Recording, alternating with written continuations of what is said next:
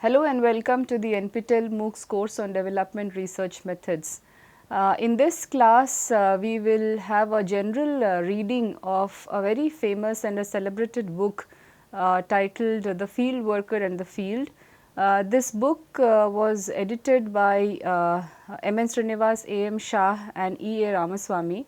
It is a very important book on the relationships between the field worker and the field, and can be considered as one of the classics. One of the reasons for introducing the students to this book is to impress upon the students the importance of going back to some of the classics and getting introduced to these readings before initiating research in the first place. Now, there is another important reason why I thought this will be a very good introduction to the students as far as field work and field research is concerned. That is primarily because the authors, the scholars who have authored the papers in this book were largely conducting their research in the 1950s and the 1960s, and it gives us a very good snapshot view of what were the challenges that they were facing during the early periods of social science research. The papers come mostly from the disciplines of sociology, social anthropology and economics, who were mostly, as these were the disciplines that mostly ventured into field work during those times. So, what I will do in today's lesson is to give you a very brief introduction to the articles contained in this book, and following which I have taken various sayings from the articles contained in this book, particularly by the article written by M.N. Srinivas himself, who has been a sociologist par excellence, who was a sociologist and a social anthropologist. Another article by Professor P.C. Joshi, who was a professor of economics, particularly in the field of institutional economics, who was also the director of Institute of Economic Growth in New Delhi, and a third article by Professor Khadija Gupta, who was a sociologist. And these three articles together I have presented in this lesson exactly as it appears in the papers that they have written. So, let us get introduced to this book. This book is titled, as I said, The Field Worker and the Field, Problems and Challenges in Sociological Investigation, which came out first through Oxford University Press in 1979. So far there are two editions of this book. The second edition came out in 2002, and for the purpose of this lesson I have used the second edition of 2002. Oxford India paperbacks came up in 2004, and the third impression of this book came in 2008. Now, for a very serious student of field work, of all those researchers who are planning on taking field work, you may consider this lesson as some kind of a book reading session, although all the articles contained in this book are a gem in themselves, and it has not been possible for me to include it will actually not be possible for me to include all the papers in this lesson. However, I have used my judgment in trying to bring some of the most important facets of what these scholars have considered as being that should be kept in mind while initiating into field research. Therefore, my judgment has a big role to play in introducing you to what I think is important and should be an important takeaway as far as this book is concerned. So, this book has been divided into four sections. One is on rural India, second is on urban India, third is on complex organizations in India, and the fourth one is on societies outside India. So, the papers that are contained in rural India, there are five very important, very invaluable papers that are contained in the first part, rural India. The first one is by M.N. Srinivas, and which I will begin with for this lesson. The Field Worker and the Field, a village in Karnataka. There is Studying the Present and the Past, a village in Gujarat by A.M. Shah. Experiences of an Encapsulated Observer, a village in Rajasthan by Anand Chakravarti. On Tracks and Tracts in My Field Work, rural Kerala, K. Raman Unni. and the final one is on fieldwork experience relieved and reconsidered, rural Uttar Pradesh, P.C. Joshi. For the purpose of this of today's lesson, I will be focusing on extracts from the fieldworker and the fieldworker M.N. Srinivas and the fieldwork experience relived and reconsidered from rural Uttar Pradesh by P.C. Joshi. So, these are articles are mostly in the form of experiences that the scholars have come across or have lived while conducting village studies in India. And for anybody who is interested in looking at the different facets of village studies and how to carry out village studies, this is a highly recommended book that must be studied by anybody who is getting initiated to village studies research in India. The second one is on urban India, the section. There are again four very interesting papers in this section: travails of a woman field worker, the challenges faced by a woman field worker, and what it means to be conducting development research in the complex organizations that Indian societies have. And this is an eye opener in terms of important takeaways for women researchers when studying this paper on by Khadija Gupta. Similarly, a very interesting paper by Veena Dua on a woman's encounter with Arya Samaj and untouchables, a slum in Jalandhar. The bottom view up, some cognitive categories, slums in Madras, objective appreciation through caste images, untouchables in Pune. It is a pity I could not introduce all of these articles in this lesson. However, keeping in mind the brevity that should be kept in mind given the hazards of an online course, I have taken into account this very important paper on travails of a woman field worker, so as to bring out some of the important things that a woman researcher goes through while getting initiated to research, and that must be negotiated beforehand. The last two sections which I have not covered in this lesson are complex organizations in India. There we have trial and error in a new field, a factory in Gujarat, being where the action was, trade union in Coimbatore, walking on the edge of factionalism, an industrial cooperative in rural Maharashtra, varied roles in the field, a hospital in Delhi, an apprenticeship marked by frustrations, college students in Mysore. A final one, societies outside India, selecting a representative village. Usually when we are selecting the field of our study, the doctoral committees as well as the set of reviewers who are reviewing our project reports or research outputs generally have a question about how representative our field study is, and these are questions that are very beautifully dealt with in this paper by S. Sehaya, selecting a representative village in a village in Japan. A paper by Triloki Nath Pandey on the anthropologist informant relationship, then problems of entry of the researcher from Sri Lanka, Zambia and Australia. And I really hope that the students of this course can find this book and get initiated to readings in this book, and particularly those interested in doctoral research in the social sciences and aim to do field work. This is a highly recommended book. So, as I have already said, what I have planned to do in this lesson is to take the extracts from the three papers that I have identified as it is, and I have tried to bring the extracts from the papers as it is, so as to not compromise on what the authors themselves are trying to portray, because any amount of paraphrasing or summarizing the notable scholars might lead to misconceptions and miscommunication, and therefore, this lesson will be mostly in the form of communicating the extracts from the original articles of the very noted scholars of social sciences. So, let us begin with Field Worker and the Field, a Village in Karnataka by M.N. Srinivas. Students of social sciences would know that M.N. Srinivas was a very famous sociologist and as well as a social anthropologist. Concepts such as westernization, Sanskritization, the dominant caste, patron-client relationships, these are attributed to Professor M.N. Srinivas, and he devoted his lifetime to working on caste issues in India.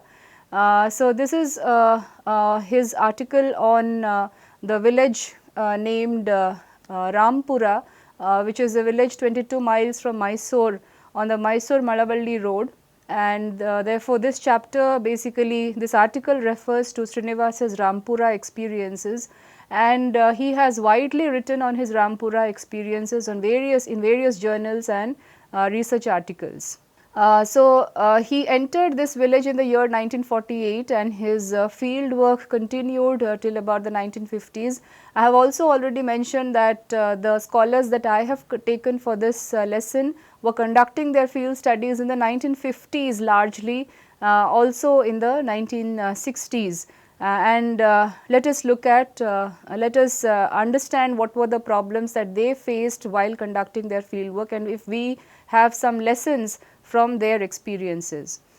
So, in this article on the field worker and the field, Srinivas basically talks about how he zeroed in on his field first, that is Rampura village, and one of the first things he discusses is about the physical conditions in which he was put to when he was about to conduct his research.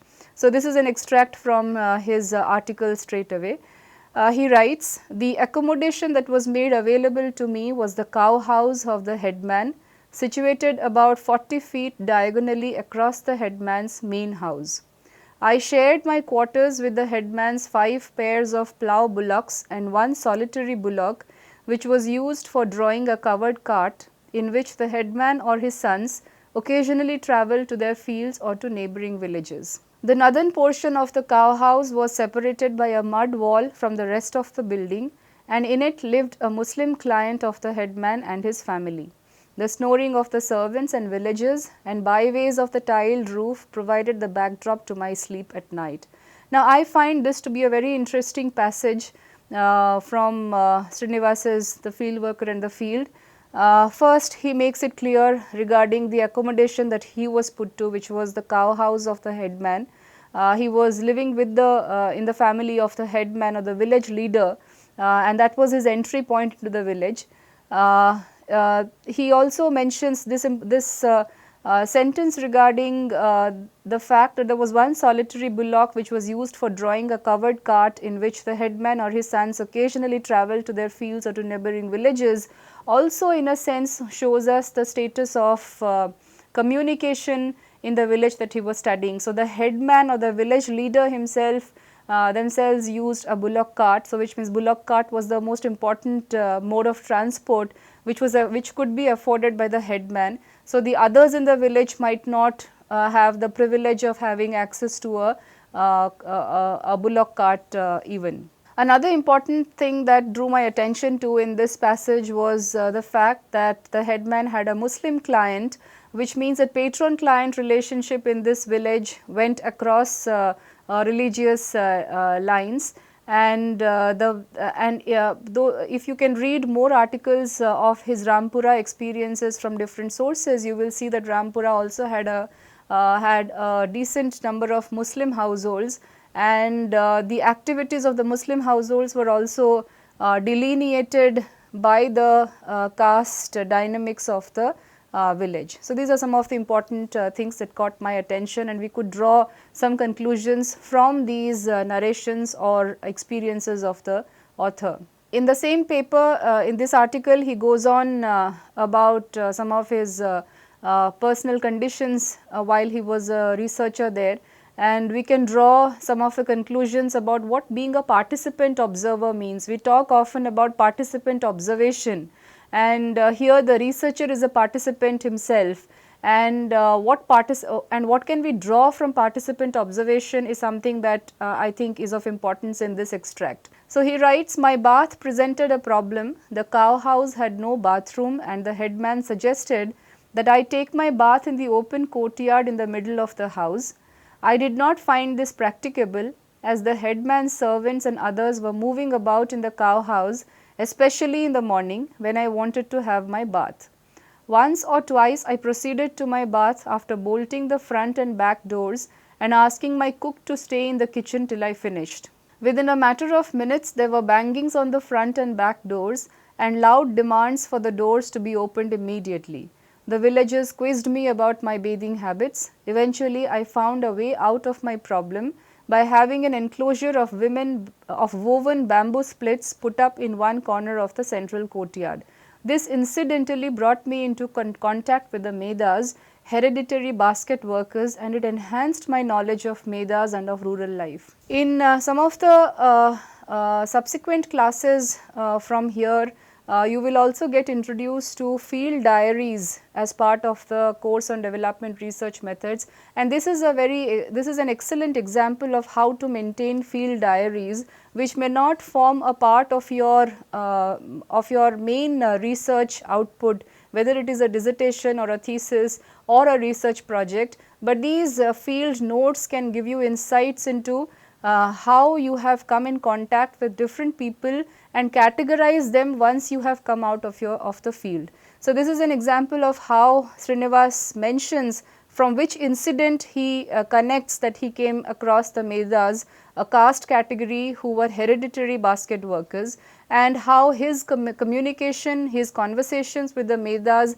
enhanced his understanding about the rural life that he was investigating into. So, this I think is a very good example of what participant observation can help us draw from the research. He has gone into detailed description about caste and factions in the village that he was studying, with some comic anecdotes also about how his being single and his single status became a hurdle in his being able to conduct research. In the 1950s of a Karnataka village, an able-bodied male researcher, it was looked down upon as being single and not being a married scholar, and how not being married and being in a village conducting research also created hurdles for him in interviewing younger girls, and therefore he could not have a perspective on what the younger women of the village feel about the rural life. So, these are certain anecdotal narrations that he has in this village and in this paper, which can inform us about how to write down our experiences in field diaries. Now, this is an example of caste and factions that he talks about in his village Rampura. On my first and scouting visit to Rampura, I was told that it is a united village, unlike neighboring villages which were faction ridden. I very soon discovered that this was only an establishment myth. A day or two after I had settled down in the village, I went to a tea shop, and there a young man from the peasant caste asked me who I was and what I was doing in the village. He had already heard about me. When I had explained to him the reason for my stay in Rampura, he admonished me that if I were desirous of presenting a true picture of village life, I should not stay in one part of the village meeting and talking with only a few, but go all over the village and talk to everyone. Now, this is a very important lesson to new researchers who when entering a village or entering a field for their study talk about sample selection. Now, before we enter into the issues of choosing a sample or selecting a sample, it is very necessary, it is very important for a researcher to establish contact with different sections of population within a certain village or the field that we have chosen, because there might be different worldviews and different perceptions that are coming from different categories, and any one category or any one person cannot give a representative view of a certain village. So, if Srinivas went with the initial view that he had about Rampura of being a united village, bereft of any factions in the village, the perception might have been colored, and it would have been a misconception to portray the same in his writings. So, this is an example of how to establish contact with different people within the village, so that we can have a better understanding and come up with better conclusions. Going on about caste and factions, this is another example that I have brought out in the form of an extract. I soon learnt that there were two main factions in the village, one of them led by the headman and the other by 2 or 3 younger men who resented the headman's hegemony over the village. Now, remember here that Srinivas is staying is for the sake of conducting his field work. His field work in this phase of Rampura continued for over 10 months, and during this period he was staying in the house of the village headman. So obviously there were so obviously it would have created some kind of a stir within the village among the otherwise subservient castes or subservient groups who might have had notions against Srinivas about staying in the headman's village. But as a researcher, it is the researcher's responsibility then to ensure that his or her access to different to other groups does not get limited because of his or her attachment to a particular group, such as in the case of the headman's case in here. So, he writes that the latter group avoided the headman's part of the village. Indeed, many others also avoided walking past the cow house or on the headman's street for fear that the headman or one of his sons would entrust them with a job which would take them away from their main work. The headman had made a fine art of utilizing everyone's time and energy for his work. So, this is an example of how the headman or the village leader used his privilege of being the village leader in making use of others time and energy for his own benefit. So, in a way he was free riding on others time and energy, and how privilege can create those social networks, and which could also be which is also some form of economic discrimination, some kind of economic exploitation, if that can be taken as a conclusion from this passage. He has another interesting thing to say about caste and factions in his village. He writes that during one of my field trips to the village, two brothers, bitter enemies of the headman, invited me to photograph a portion of the tank embankment which had been breached and flooded their banana crop, and they obtained from me a promise to send them copies of the pictures I had taken. When I later returned to the headman's house, I learnt that the brothers had filed a suit against the headman and the village panchayat for their negligence, which had led to a breach in the embankment and the resulting ruin of the banana crop. The headman told me that by my action I was going to become a witness in a lawsuit against him and the panchayat. I felt humiliated and assured the headman that I had no knowledge of this matter when I took the photographs, and that I would destroy the negatives. Now, I think this is a very important description of events as far as the researcher coming in between the getting sandwiched in the politics of the village is concerned.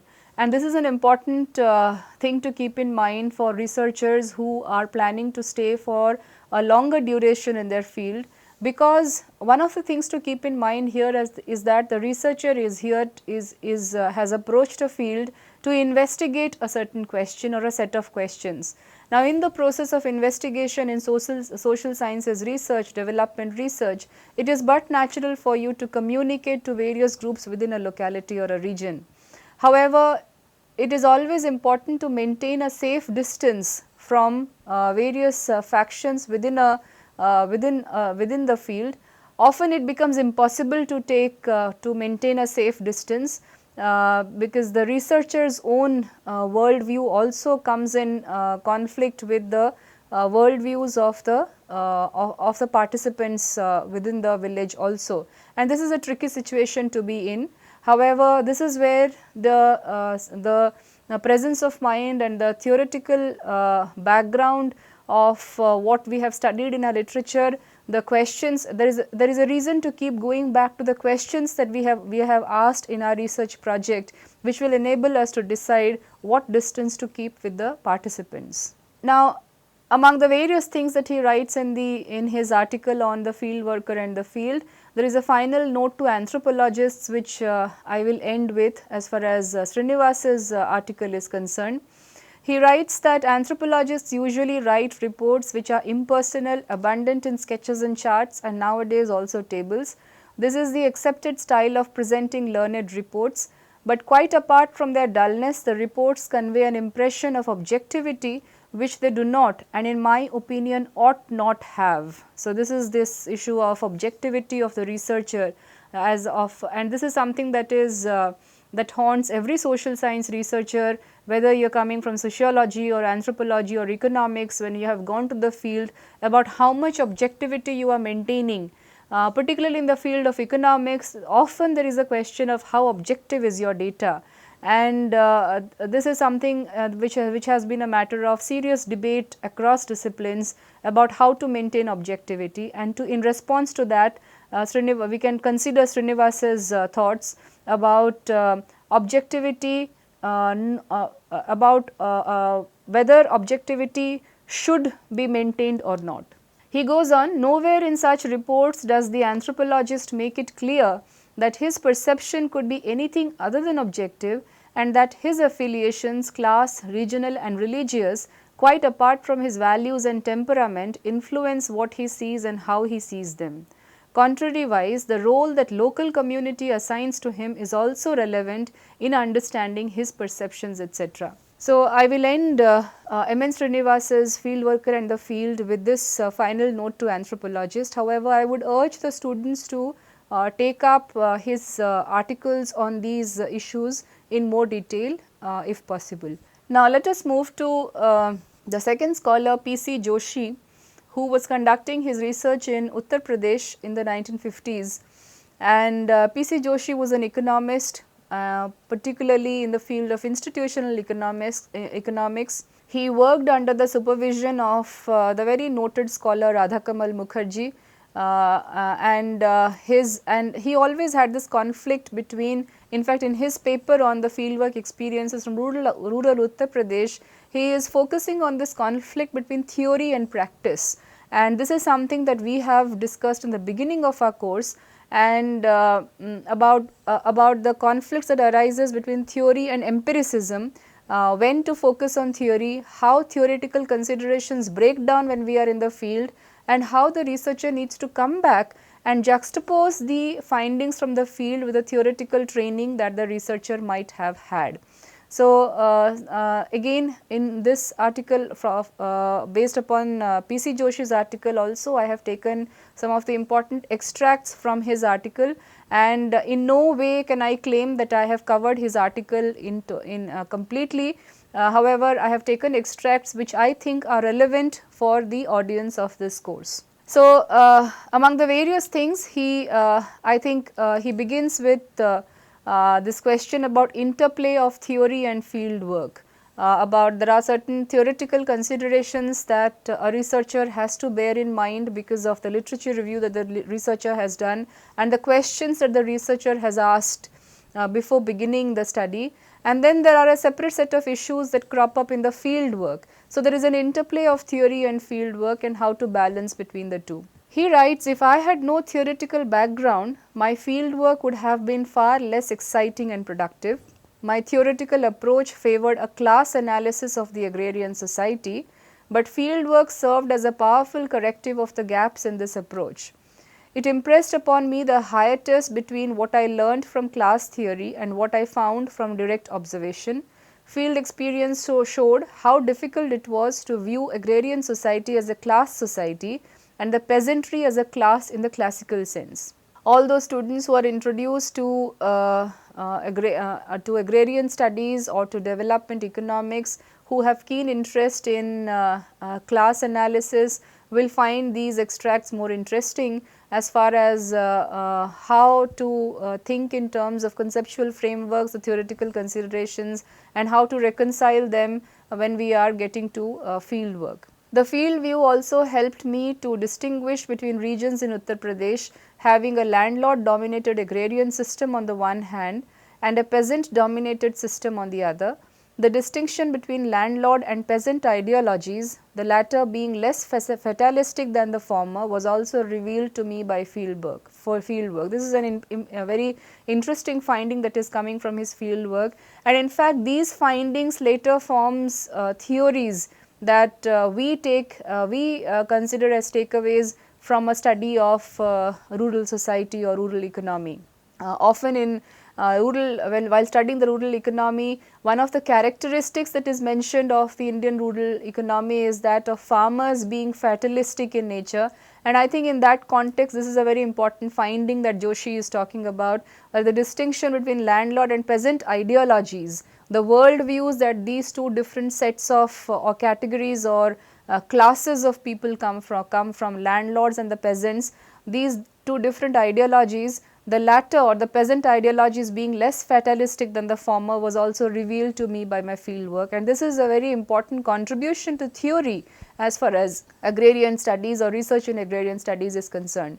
He writes that these insights led me to reformulate my theoretical positions regarding the institutional requirements of economic development, and I came to appreciate the potentialities of peasant economy and peasant ideology for transformation of the rural economy. He also has very important points to talk about the field worker and the field, or the different worldviews of the field worker and the field. So, the field worker here is basically the research investigator or the researcher, and the field is not just the geographical location, but the whole gamut of participants, the complex categories, social categories or social class categories of class and caste categories of people who comprise what we refer to as the participants. So, in that context he writes about the following: the contact between the field worker and the field is a contact between two types of cultures whose categories of understanding are not identical and who do not share a common framework of values or a common worldview. In the previous classes and in the subsequent classes that are coming up, I will be taking examples of complementary feeding practices in certain community, and the notion there is that when you are approaching the field as a research investigator, you have certain prior information about how things are, how things should be, what is the ideal state that we are trying to achieve, whereas the community that you are studying is living in their realities where they have where they may or may not have notions of what the ideal standard is, but they also have a standard. Now, how do we reconcile with these kinds of issues, because we are coming from two different worldviews. The researcher investigator has a certain worldview about how things should be, the community may have a separate worldview about how things should be. So, how does one reconcile between these issues? I think we can have takeaways on this from P.C. Joshi's article on when he conducted his field work in the 1950s. So, he writes that the investigator observes the many-sided activities and processes of rural life and the meaning which he attaches to each of them in terms of his values differs from that which different segments of the rural population attach to them in terms of their values. Note that these scholars were writing largely in the 50s and the 60s, and the language of writing then mostly focused on the masculine his rather than on her, but we can safely assume that they meant, what they meant here is researchers including both of both genders. So, I have added her in here, although Joshi does not refer to her in his article.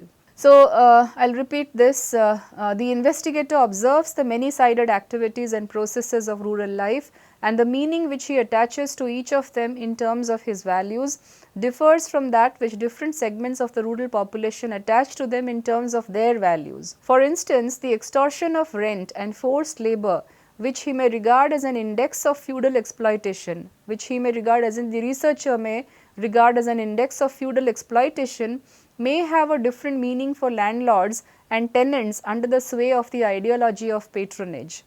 So, in the case of if there is an ideology of patronage which prevails, the landlord and the peasant who is under the domination of the landlord might seemingly have a very harmonious relationship, although the researcher might to the researcher it might not seem as being in sync or being in a very harmonious relationship. Land may be viewed by landowners more as a source of social status and power rather than as an economic resource and a source of profit. What the field worker considers conspicuous consumption may be viewed as a necessity for maintaining or enhancing status by groups indulging in it. Now, it is also important how we can bring out these questions of conflict as far as the researcher and the field worker and the field is concerned, because being able to come out with these conflicts will also inform how we can interpret our results and the findings emanating from the field. Moving on, following from the last extract, P.C. Joshi also excellently brings out the conflict surrounding the insider view and the outsider view. The insider view is mostly coming from the field, the participants, the people who are living in the field. In our case, in the rural areas, it is the households, the families, the peasant families, the landlord families. So, there is an insider view, and the outsider view is coming from the researcher or the investigator. So, there he writes, it involves much mental strain for the investigator, who is an outsider, to suspend his meaning system for the time being and to understand the people's meaning system. His difficulties are enhanced if among the rural poor people, themselves, a consciousness of the conflict of values has begun to emerge, and the unifying values, example the concept of patronage, sustaining the old social framework, have started breaking down. Problems arising in presenting the insider's view of the system when the view of one set of actors, the dominant and articulate group, has to be juxtaposed with that of the other set of actors, the subordinate and inarticulate group. Now, this is a very complex situation that he is trying to portray here. Now, in the last passage we saw about the investigator view regarding extortion when we talked about extortion of rent and forced labor as an index of feudal exploitation being considered by the research investigator, but the so called harmonious relation, but there might be a harmonious, so seemingly harmonious relationship between the landlord and the peasants because of the ideology of patronage.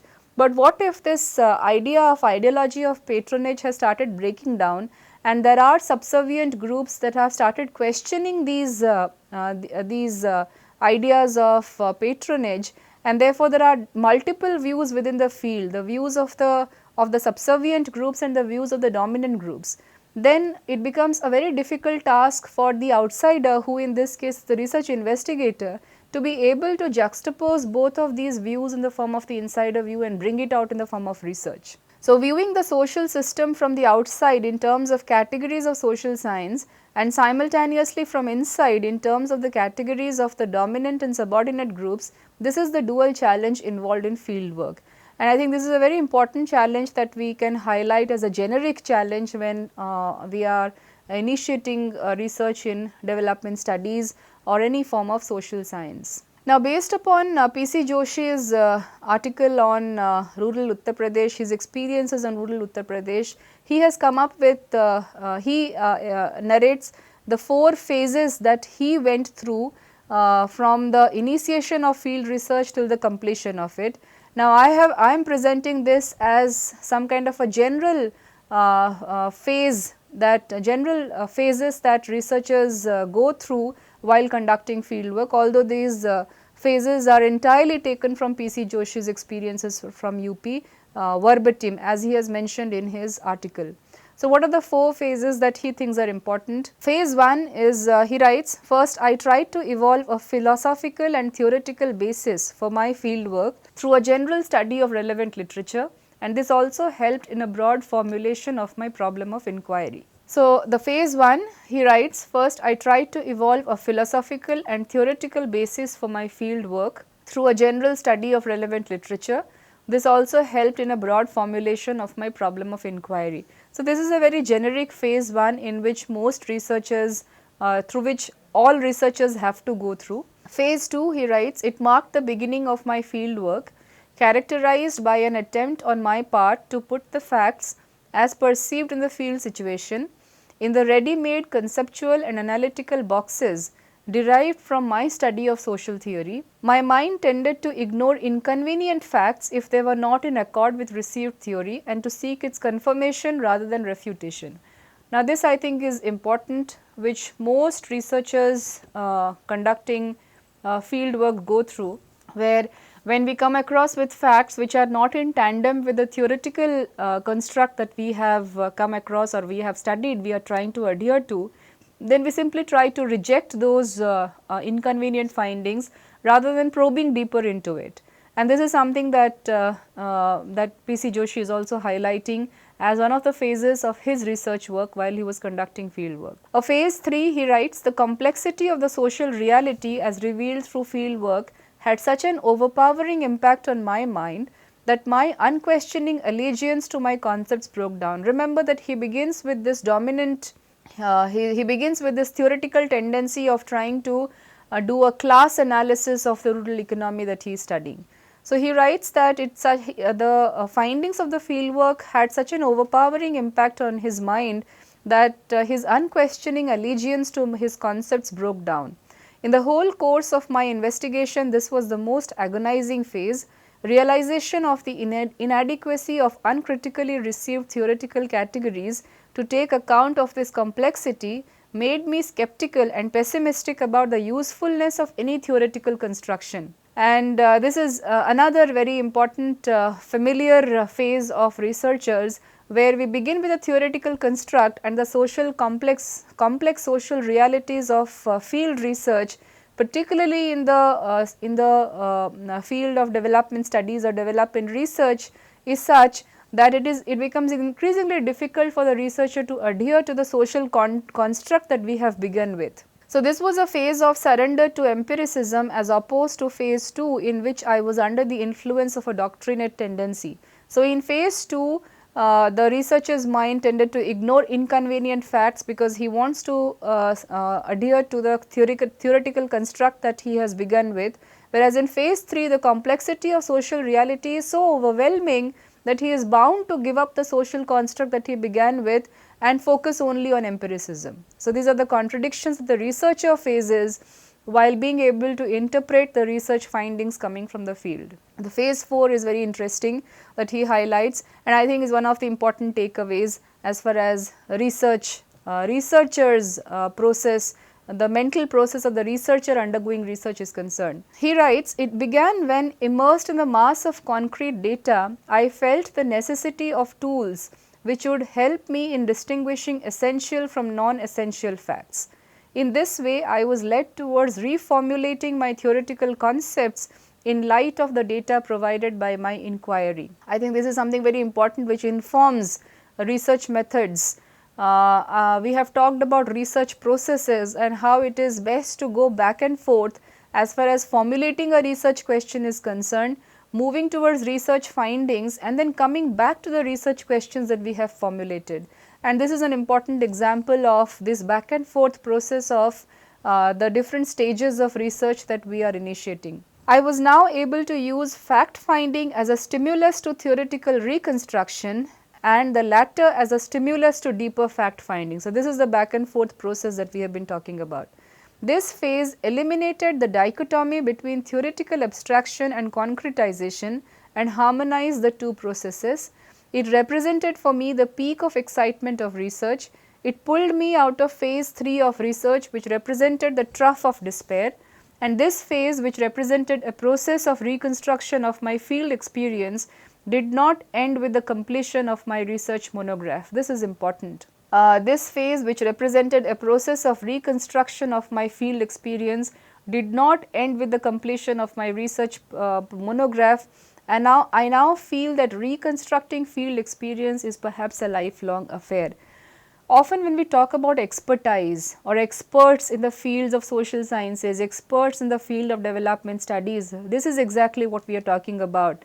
When you are introduced to a field, when you are introduced to an area of study or a problem of study, essentially you are trying to bring out a research monograph or a research output, but the experience stays with you for a very long time and it is a lifelong affair.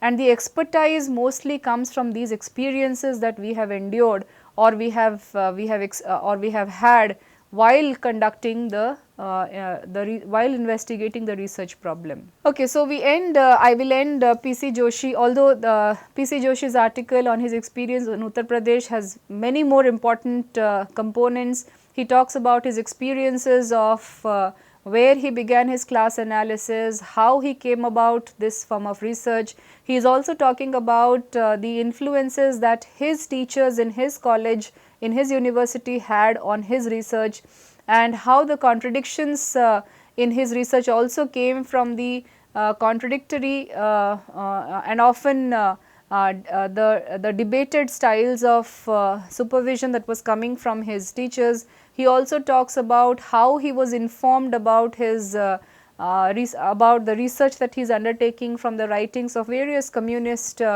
leaders and scholars, because he was primarily a communist, and his training came from that from that philosophical worldview. And then ultimately he goes on about how he came to balance this idea of empiricism and theoretical considerations, and therefore this makes this I would highly recommend this article for anybody who wants to enter into these kinds of research. I will end today's lesson with this third article by Khadija Ansari Gupta, because it talks about the challenges that a woman field worker faces when trying to pursue a development question, particularly in the field of social sciences. And it is important because here the researcher is not working within a lab environment. The researcher moves out to the fields, to whether it is in the rural areas or in the urban areas or different kinds of setups, and the researcher meets people from different walks and sections of life, and what are the challenges that come when a woman researcher is negotiating her space for research. And therefore, my judgment informed me that I should include some extracts from Khadija Ansari Gupta's papers on travails of a woman field worker, a small town in Uttar Pradesh. She begins her write-up explaining her personal circumstances of the researcher, her personal circumstances, which I have titled as Personal Circumstances of the Researcher Investigator, in trying to make it sound as one of the generic things that all researchers should think about. Note that P.C. Joshi and M.N. Srinivasa's papers in the same book does not have any reflections on the personal circumstances of being a researcher. They have no considerations. They might have had a consideration, but they have not focused much about whether how or whether or not they have negotiated their space of being able to conduct research in the first place, because this is something that male researchers do not have to battle a lot with. And therefore, I think this is something that to be kept in mind. The gendered notions of what research of male researcher or a female researcher can or cannot do. Therefore, it is appropriate that she began writing this article explaining her personal circumstances of being a researcher. So, she writes, every attempt of mine to conduct a field investigation has been influenced by three major personal circumstances. The first is that I have been a housewife since 1952, 5 years before I conducted the first field study. So, which means she has been in a marital relationship before conducting a field study. Secondly, I was born and brought up in a traditional Muslim family of Lucknow, but I am married to a Bengali Hindu. His family has an altogether different background from mine. I come from a family of ulemas engaged for generations in spreading the message of Islam and socially entrusted with the task of preserving and protecting Islamic traditions, while my husband comes from a family of urbanized middle class Bengali Hindu intelligentsia devoted to modern higher education. Those who are acquainted with the complexities and conflicts inherent in a marriage between members of these two divergent cultures will, I am sure, realize what a complicated background I have as field investigator. And the third circumstance is that I am a woman. So, this extract, this passage is self-explanatory. Khadija Gupta is here trying to bring out her personal circumstances, the complexities of her personal situation in being able to conduct the research in the first place, and that is not something that can be discounted as far as the researcher being able to interpret the research findings also is concerned, because when the researcher is negotiating with space for being able to conduct research, that also has a lot of implications as far as the final outcome of research is concerned. Also the process of research is concerned, and you will presently see how the personal circumstances of the researcher here informed informed the field or the selection of field for the research is concerned, and that is what I am trying to drive at through these extracts that I have selected. Second thing she writes about is taking up a subject of research suitable to women. I have titled it as such, although she has not titled it as such in her paper, but she writes, after I enrolled as a PhD student at Delhi University, I was asked to finalize the topic for my doctoral thesis in consultation with a senior teacher. My first meeting with him was a disappointment. Throughout the year, I had braced myself for undertaking a study of small town politics, a theme which I found had not been adequately dealt with by Indian sociologists. I knew that the study entailed not only strenuous field research, but a number of other complications as well. The need to stay away from home alone in an unknown town, establishing rapport with strangers, meeting and interviewing almost regularly for several months the leaders and supporters of rival local factions, while at the same time keeping them at a respectable distance and so on. I was, however, prepared to face all these difficulties. My teacher, however, felt differently. My teacher, however, felt differently. So, he appreciated my enthusiasm but did not share it. He argued that small town politics was too tough a subject to be handled by a member of the weaker sex who had been further spoilt by the comforts of modern urban living. He suggested that it would be best for me to take up a less ambitious and safer research project, one suited to my social and personal limitations. I was not prepared to accept this suggestion and I eventually had my way. So, this passage gives us an insight into the preconceived notions that people generally have about who should conduct what kind of research and what are the best ways of going about doing research.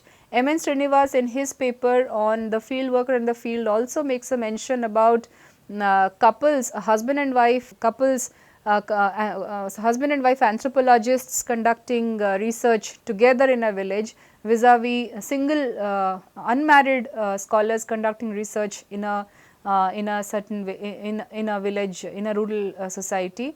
He also talks about the problems that he faced as being unmarried and how he could not bring out the perceptions of the unmarried younger women of the village, primarily because of he himself being unmarried. So, his marital status had a big role to play as far as his not being able to bring out the perceptions of the younger women in the village that he was studying.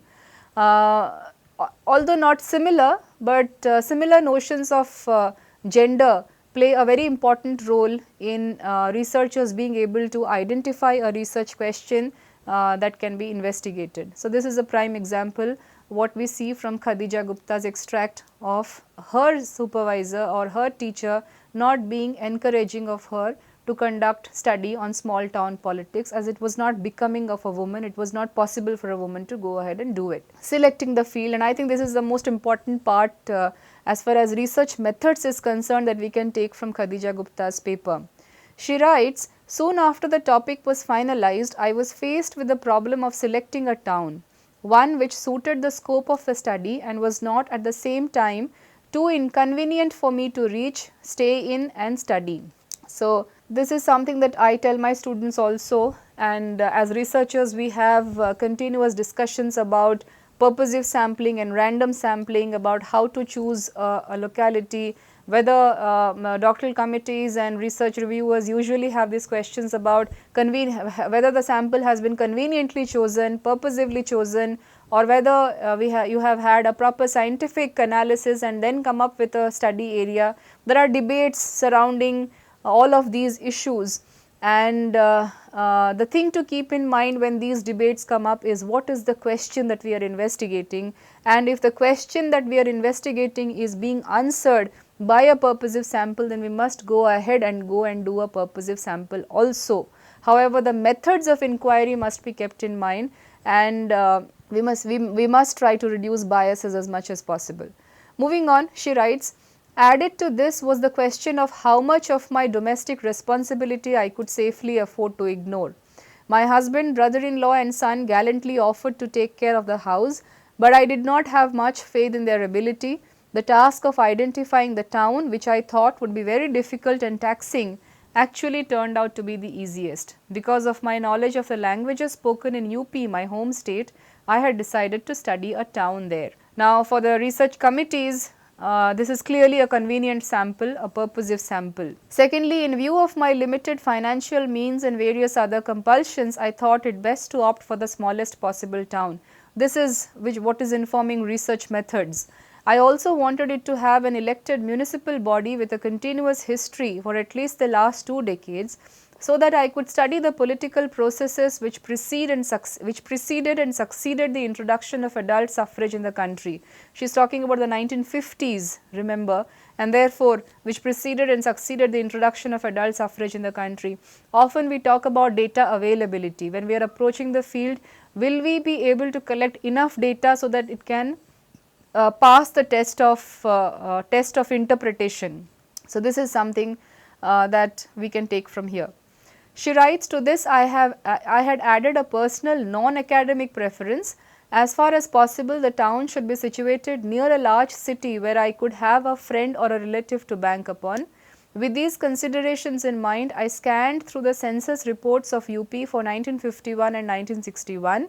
This exercise helped narrow my choice to 6 towns, 2 situated within 50 to 60 kilometers from Lucknow, my hometown, 1 each in Azamgarh and Jaunpur district, both totally unknown to me, and the remaining 2 in Aligarh district. My ultimate choice fell on Ranipur, smaller and the nearer to Aligarh city of the 2 in Aligarh district. In the next extract, we will see what were the problems she faced of having decided to focus her study in Aligarh. And this is where I title it as negotiating gendered space and the freedom to research, and this is something that most women researchers will identify with, women researchers in the field of development studies and development practice will identify with. I met my brother in Aligarh. Now, Khadija Gupta's brother was a medical practitioner in Aligarh, and that was also one of the reasons why she decided on conducting her study in the district of Aligarh. So, in that context she writes, I met my brother in Aligarh to tell him about the study I was hoping to make with his assistance. He was shocked, perturbed and annoyed in turn. Shocked because I, belonging to such a respectable family, had thought it fit to move among the uncultured rustic townsmen, and that too to study their petty politicking. Perturbed because he was genuinely worried about the safety of his sister in a strange town which he felt must be populated by a gang of hoodlums, and annoyed at the prospect of what people would think of him if his sister went ahead with her crazy research. I had earlier rebelled against the family by marrying a Bengali Hindu, and he must have thought that I was up to my old ways again. The upshot was a family get-together attended, among others, by my husband, who was summoned from Delhi specifically for this purpose. Other participants included my brother, his wife, my sister and her husband. I attended the meeting more as an accused than as a participant. A heated discussion ensued, which soon degenerated into a brawl. Eventually, my husband persuaded my kith and kin to let me proceed with my study. So, this is an agonizing process as far as a woman researcher is concerned, when one is negotiating with the space and freedom to be able to conduct research. Ultimately, it required a lot of support from her husband for being able to carry out the research in the first place. Let me end today's lessons with Khadija Ansari's final reflections on her research. Her research is also very important in the sense that there are some publications out of it in which she talks about the petty politicking of small towns in Uttar Pradesh, with Ranipur as one of the prime examples. But I found the reflections from his article to be of of much interest, and I think that can be the final takeaway for our course on development research methods.